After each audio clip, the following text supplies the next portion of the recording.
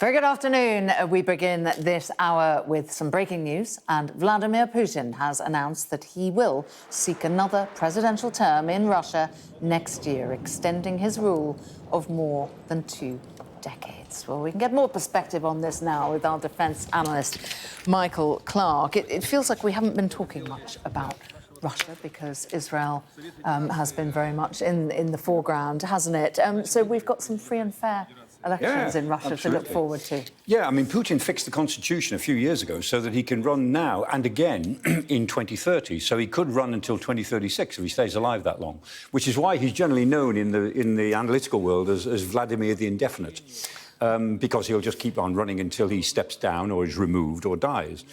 And he's got these elections next year. He's reputedly told his regional leaders that he wants at least 75%, but actually he wants more than that. I mean, you know, he'll squeak in with 95% or something like that. That's not surprising. I mean, they'll fix the election, nobody cares. And they'll put up a few joke candidates against him who'll get paid and rewarded for running silly campaigns and getting a derisory vote. Meanwhile, Navalny languishes in Siberia. Exactly. The real opposition is just literally imprisoned and hounded out of Russia and so on.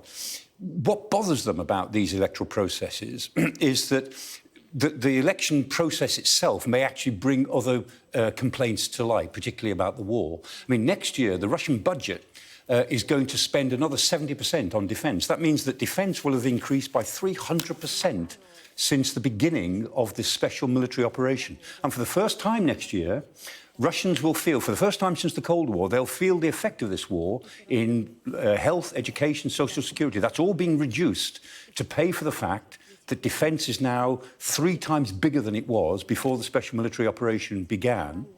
And the whole economy is being turned into a war economy. Not to mention the fact that over 300,000, 330,000 at the latest count of casualties on the Russian side in this war, and the mothers and families of those casualties are becoming much more vocal as far as they can. So the election campaign is not surprising in terms of the campaign, but it might throw up other things which the Kremlin might find more difficult to deal with.